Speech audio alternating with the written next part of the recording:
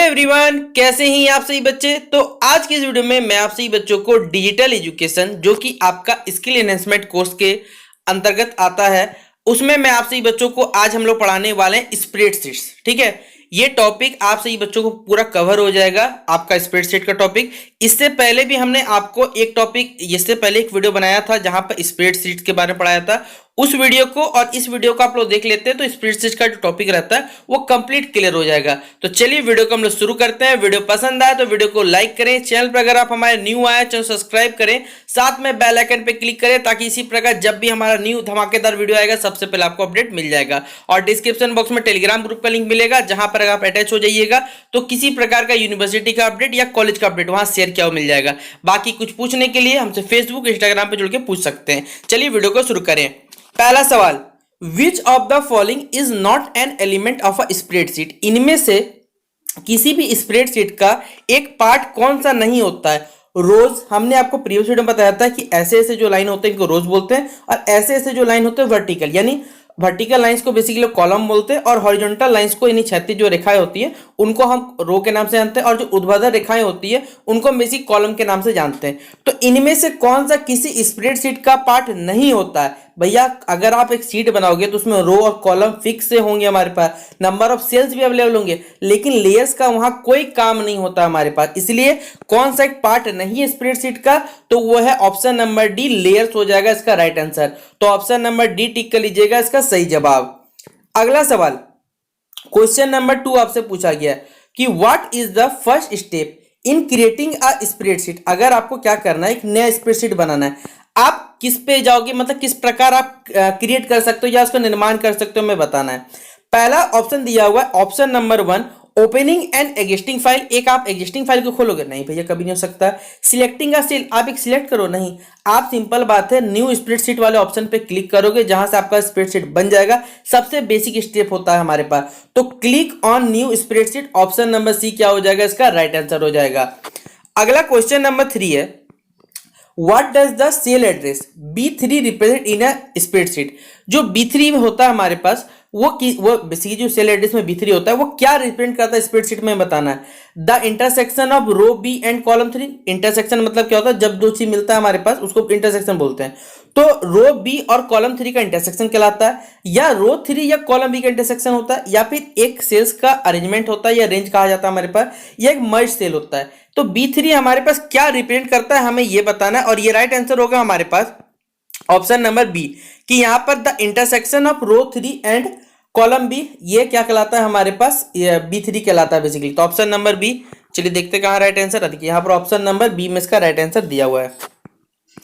अगला सवाल है, क्वेश्चन नंबर 4 पूछा हुआ है कि which type of data can you not enter into a spreadsheet cell. इनमें से कौन से प्रकार का डेटा को हम लोग स्प्रेडशीट सेल में ऐड नहीं करते, ये बताना है। टेक्स्ट को, भैया टेक्स्ट तो होगा ही होगा, नंबर्स जरूर होंगे, फॉर्मूला भी हो सकता है, लेकिन इमेजेस का यहाँ कोई काम नहीं है। इसीलिए ऑप्शन नंबर क्या हो जाएगा, क्वेश्चन नंबर 4 के लिए सी नंबर इसका राइट आंसर हो जाएगा। अगला सवाल है, how can you edit the content of a cell in most spreadsheet software. आप क्या कर सकते हो, एडिट कर सकते हो किसी भी सेल के कंटेंट को, कहां पर, तो स्प्रेडशीट सॉफ्टवेयर के थ्रू बेसिकली हमारे पास। लेकिन कैसे कर सकते हो, तो डबल क्लिक द सेल, यानी सेल पे डबल क्लिक करोगे, या राइट क्लिक और आप एडिट पे सिलेक्ट कर सकते हो, या फिर ऑप्शन नंबर सी हमारे पास, आपको सेल पे क्या करना, क्लिक करना है, वहां टाइपिंग करना है, और option number D all of the above. देखिए सबसे पहले अगर आपको कोई भी कंटेंट, सेल के कंटेंट बेसिकली एडिट करना है तो भैया सबसे पहले आपको डबल क्लिक करना होगा सेल में, उसके बाद जाके राइट क्लिक, और उसके बाद जाके एडिट का, एडिट के बाद आपको जो भी चीज लिखना है वो सब कुछ लिखना पड़ेगा। तो ये तीनों ही स्टेप सही है, इसलिए हम लोग इसके पास जाएंगे option number D all of the above क्या हो जाएगा, राइट आंसर हो जाएगा। तो क्वेश्चन नंबर 5 का राइट आंसर क्या हो जाएगा, ऑप्शन नंबर डी। अगला सवाल है, what is the correct formula to add the values in A1 A2 and A3। अगर आपके लिए कौन सा करेक्ट फॉर्मूला होगा, अगर आपको कोई बोला जाए कि सेल A1 A2 A3 को आप जोड़िए तो क्या होगा हमारे पास, तो A1 plus A2 plus A3 हो सकता है, या फिर हम सब निकालने के लिए A1 रेशियो यहाँ A3 कर सकते हैं। दोनों ही सही है, इसलिए बोथ बी एंड सी क्या हो जाएगा हमारे पास, इसका राइट आंसर हो जाएगा। अगला क्वेश्चन नंबर 7 पूछा गया है कि which of the following is not a type of chart commonly used in spreadsheet. इनमें से कौन सा एक प्रकार का चार्ट है जिसका इस्तेमाल हमारे पास स्प्रेडशीट में नहीं होता, ये बताना है। Bar chart, line chart, scatter plot या फिर पिरामिड प्लॉट। देखिए हम लोग बेसिकली सिंपल जो भी लाइंस वाले चीज रहते हैं वो स्प्रेडशीट में इस्तेमाल करते हैं, लेकिन ये पिरामिड चार्ट इस्तेमाल नहीं होता हमारे पास। तो ऑप्शन नंबर क्या हो जाएगा, डी नंबर इसका राइट आंसर हो जाएगा। तो सेवेंथ का क्या टिक करिएगा, डी नंबर। अगला क्वेश्चन नंबर 8 पूछा गया आपसे कि what is the purpose of an advance filter in A spreadsheet. एक स्प्रेडशीट में एडवांस जो फिल्टर होता है उसका क्या पर्पस यानी क्या उद्देश्य हमें बताना है। To sort data in ascending order, आपके डेटा को सॉर्ट करके असेंडिंग ऑर्डर सजा देता है, या अप्लाई करता है बेसिकली कॉम्प्लेक्स क्राइटेरिया ताकि आपके डेटा को फिल्टरिंग किया जा सके, या सेल्स जो रहते हैं नंबर सेल्स उनको मर्ज कर ले ऑटोमेटिकली, या फिर आपके प्रोजेक्ट को किसी स्पेशल सेल में ही काम कर सकता है हमारे पास। तो क्या काम करता है हमारे पास एडवांस फिल्टर का बेसिकली स्प्रेडशीट में, तो ये काम करता है कि जो भी कॉम्प्लेक्स क्राइटेरिया रहता है उसको डेटा को फिल्टर करने में हेल्प करता है। तो ऑप्शन नंबर क्या हो जाएगा, बी नंबर इसका राइट आंसर हो जाएगा। तो 8 का बी नंबर इसे टिक कर लिए सही जवाब। अगला सवाल है क्वेश्चन नंबर 9 में पूछा हुआ है कि what is a pivot table used for. Pivot table का इस्तेमाल कहां किया जाता है, डेटा को एंटर करने में, सम्स को कैलकुलेट करने में, summarising and analysing large data set को, या फिर फॉर्मेटिंग सेल्स करने के लिए। तो जो पाइवोट टेबल होता है बेसिकली हम क्या करते हैं, जो भी हमारे पास डेटा सेट्स अवेलेबल है उनको समराइज और उनको एनालाइज करते हैं, इसमें इस्तेमाल होता है पाइवोट टेबल का। तो ऑप्शन नंबर क्या हो जाएगा, सी नंबर इसका राइट आंसर हो जाएगा। अगला सवाल है क्वेश्चन नंबर 10 में पूछा हुआ है कि which option is not included in the page setup setting of a spreadsheet. किसी भी स्प्रेडशीट में जो पेज सेटअप सेटिंग है इनमें से कौन सा ऑप्शन नहीं होता हमें बताना है। भैया मार्जिन एकदम होगा, ओरिएंटेशन पेज घूमेगा, पेज साइज बोले, फॉन्ट स्टाइल से जो कोई फर्क नहीं पड़ता, इसलिए ये वाला नहीं रहता हमारे पास। ऑप्शन नंबर क्या हो जाएगा, डी नंबर, फॉन्ट स्टाइल इसका राइट आंसर होगा। फिर अगला सवाल है what does the paste special option allow you to do. जो पेस्ट स्पेशल ऑप्शन बेसिकली वो आपको क्या करने का अलाउ देता है, हमें ये बताना है कि भैया आप कॉपी सेल कंटेंट ओनली करोगे या content cell content file copy कर सकते हो, लेकिन या फिर दूसरा हमारे पास है कि पेस्ट कर सकते हो किसी भी स्पेशल एलिमेंट्स को, जैसे वैल्यूज को, फॉर्मूलाज को या फॉर्मेट को, ये हम बताया गया। तो यही राइट आंसर होगा, paste specific elements like values, formulas और क्या हो जाएगा format. Option number B right answer हो जाएगा। अगला क्वेश्चन नंबर 12 पूछा हुआ आपसे बच्चों से कि how can you adjust the width of A column in A spreadsheet. अगर आपको बोला जाए कि भैया एक स्प्रेडशीट में जो उसका विड्थ होता है उसको एडजस्ट करना है, आप कैसे कर सकते हो। क्या आप कॉलम हेडर पर डबल क्लिक करोगे, या बाउंड्री को ड्रैग कर, बेसिकली कॉलम जो हेडर होता है हमारे पास उसके जो बाउंड्री उसको ड्रैग करोगे, या फॉर्मेट मेन्यू पे जाओगे उसके बाद कॉलम के विड्थ पे वहां पर सिलेक्ट करोगे, या सारे के सारे ऑप्शन यहाँ पर सही है हमारे बताना है। तो पहला ऑप्शन समझ में आ गया। तो क्या होगा बच्चों इसका राइट आंसर हमारे पास, देखिए जब भी याद रखें एग्जाम यूनिवर्सिटी एग्जामिनेशन दे और कभी ऑप्शन नंबर एक मिले आपको ऑल ऑफ द दीज, तो मोस्टली चांसेस रहता है, लगभग 90% चांस रहता है कि वही आंसर होता है, देखिएगा ठीक है। तो यहां पर भी अगर आप देखोगे तो ऑप्शन नंबर ए भी सही है, बी भी सही, सी भी सही है। तो ऑप्शन नंबर डी क्या हो जाएगा, ऑल ऑफ दीज, जिसका क्या हो जाएगा राइट आंसर हो जाएगा। अगला सवाल है हमारे पास what does sorting data in spreadsheet mean. किसी भी स्प्रेडशीट में जो सॉर्टिंग का मतलब होता है डेटा का वो क्या करना होता है ये हमें बताना है। फिर पहला ऑप्शन दिया हुआ आपको बोला ऑप्शन नंबर ए में कि फिल्टरिंग आउट अननेसेसरी डेटा, जो भी अननेसेसरी में कोई जरूरत वाला चीज नहीं है उसको भैया कचरा हटा दो। आप अपने डेटा को क्या कर सकते हैं, रीअरेंज मतलब फिर से सजा सकते हो, या तो असेंडिंग या तो डिसेंडिंग ऑर्डर, वो आपकी इच्छा, या आपके द्वारा जो भी डेटा है स्पेसिफिक डेटा उसको हेडलाइट्स हाईलाइट्स में बदलना है, या आपको क्या करना है जो भी हमारे पास डेटा है उसका डुप्लीकेट क्या करना तैयार करना है। तो चार में से कौन सा काम करता है हमारे पास जो स्प्रेडशीट में भी सॉर्टिंग डाटा का क्या काम होता है। भैया डेटा को क्या कर सकता है, वो अरेंज कर सकता है। अब वो आइदर उसका इच्छा असेंडिंग करे डिसेंडिंग करे कोई फर्क नहीं पड़ता, इसलिए क्या हो जाएगा option number B, rearranging data in ascending और डिसेंडिंग ऑर्डर इसका राइट आंसर होगा। तो क्वेश्चन नंबर 13 का हो जाएगा बी नंबर इसका राइट आंसर।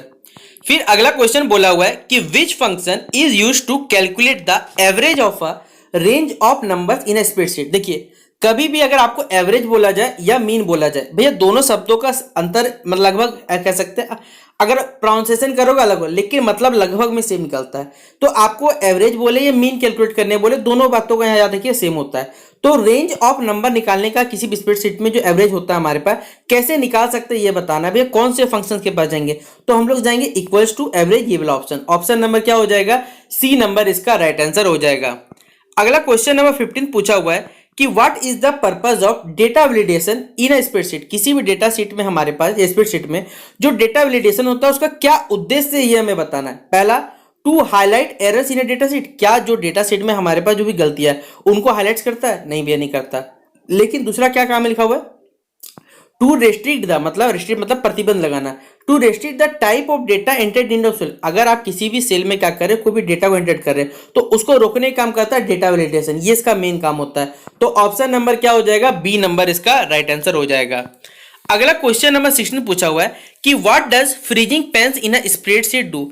हमारे पास एक स्प्रेडशीट का क्या काम होता है, सॉरी फ्रीजिंग पेन्स का क्या क्या काम करता है हमारे पास स्प्रेडशीट में, ये बताना। पहला कि आपके पास उसमें दिया हुआ है लॉक करता है जो भी कुछ स्पेसिफिक मतलब कुछ खास जो रोज या कॉलम्स है, ताकि वो क्या रह सके, बेसिकली विजिबल रह सके जब हम उसे स्क्रॉल कर सके, और यही इसका क्या होता है, मेन काम होता है। तो लॉक्स स्पेसिफिक रोज और column so they remain visible while scrolling. Option number क्या हो जाएगा, ए नंबर इसका राइट आंसर हो जाएगा।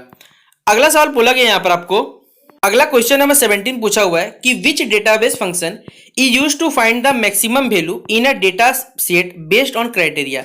इनमें से कौन सा डेटाबेस फंक्शन का इस्तेमाल किया जाता है ताकि आप क्या कर सको, बेसिकली किसी भी डेटाबेस जो क्राइटेरिया रहता है उसमें मैक्सिमम वैल्यू निकाल सको। डी सम, डी मिन, डी काउंट, या फिर ऑप्शन नंबर डी हमारे पास डी मैक्स।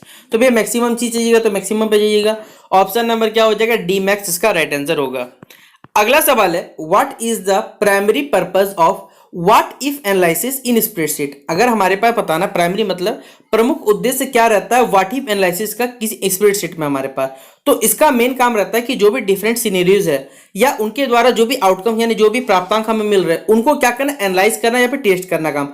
तो टेस्ट क्या हो जाएगा, different scenarios and their outcomes. Option number क्या हो जाएगा, बी नंबर इसका राइट आंसर हो जाएगा। अगला क्वेश्चन नंबर 19 पूछा हुआ है कि what does the autofill feature in spreadsheet do. एक आपको स्प्रेडशीट में बेसिकली फीचर मिलेगा, इसका नाम होता है ऑटोफिल।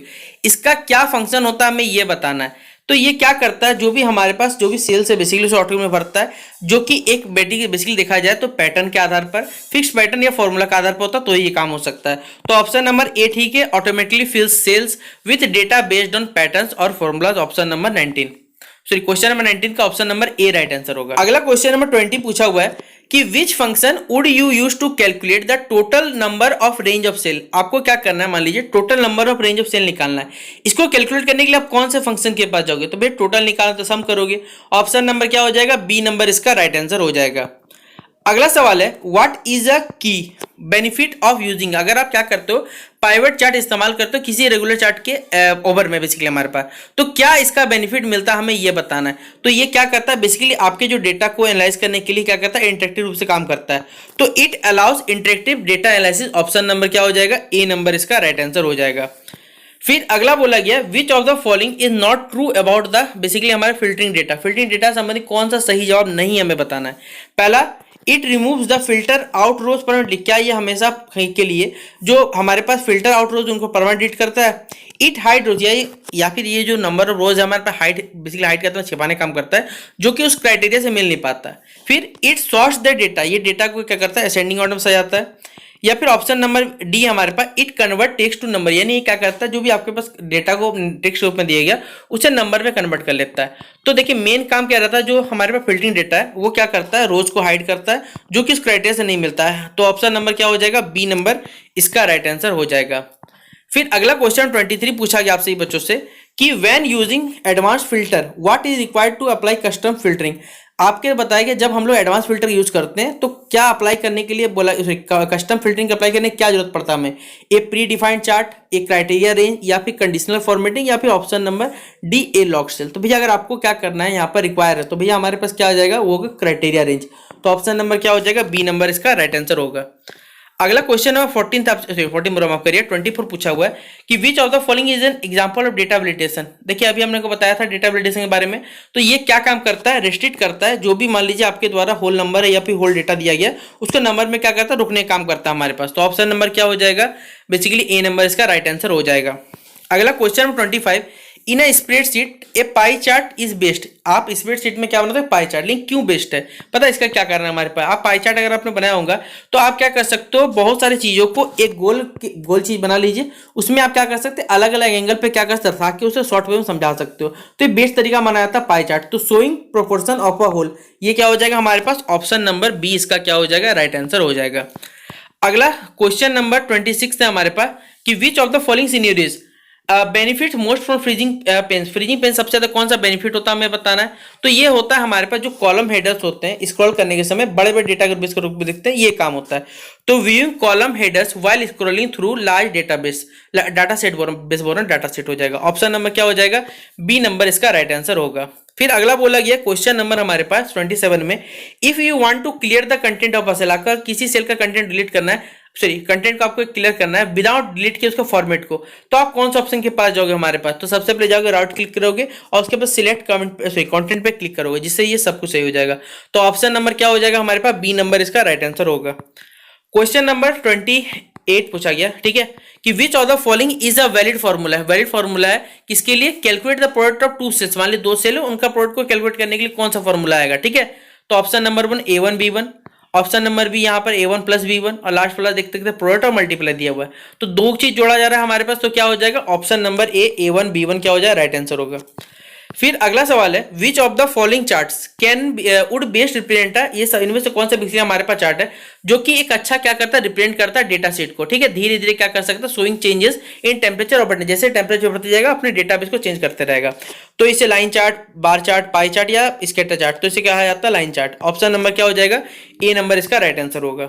फिर अगला क्वेश्चन नंबर 30 पूछा गया यहाँ पर आपसे बच्चों के लिए, कि which option is used to centre align the, आपको क्या करना है किसी स्प्रेडशीट सेल में जो टेक्स्ट को बेसिकली क्या करना है, सेंटर अलाइन करना है, इसलिए कौन सा ऑप्शन बचोगे, बोल्ड, मर्ज, टेक्स्ट अलाइनमेंट या फिर रैप टेस्ट। तो राइट आंसर क्या हो जाएगा हमारे पास, option number C wrap text पर आप करिएगा, हमारे पास टेक्स्ट अलाइनमेंट क्या हो जाएगा, राइट आंसर हो जाएगा। तो ऑप्शन नंबर सी पे सही जवाब टिक कर लीजिएगा।